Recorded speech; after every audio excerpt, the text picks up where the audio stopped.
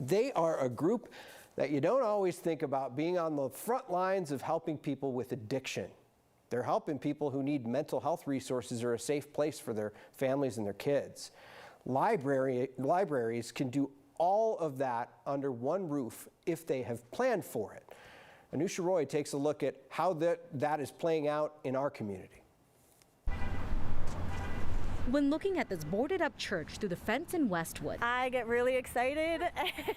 Natalia Sullivan sees the needs of a community come to life. People sharing their hopes and dreams and wishes for their families and then being able to actually do something. She's a part of the nonprofit group Lifespan Local, turning part of this old church into a library. The resource that we learned the most was the most important to families that is like quasi-governmental, and the most trusted quasi-governmental entity is the library. Westwood's current library is the smallest in the city. 18% of the people living in this neighborhood don't have access to internet at home.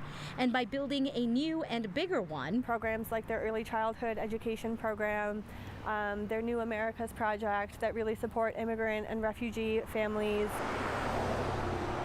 The library is a place where people feel safe to learn and play and ask for support. It's going to be co-located with mental health services, a legal clinic, and early childhood education resources. All signs of how the library system's role is morphing. As a library, we're kind of always scanning the community environment and saying, like, what are the services that people need? Rachel Fuel, the Central Library Administrator in downtown, has worked in Denver for 12 years. The library provides resources for assignments or job seeking, and we also provide resources and connections for people who have substance use disorders, who are struggling with their housing, who are struggling with relationships. Since 2017, library staff reversed 40 overdoses inside Denver libraries, most of them in the downtown location.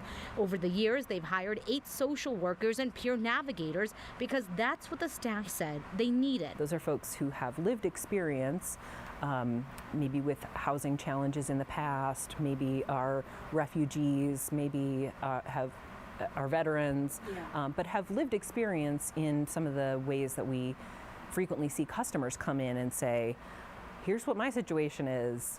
Can you help me in any way? And while Rachel didn't foresee this being her role, I don't think there was any way for us to predict. librarians said their doors are open. We are the most public of public buildings.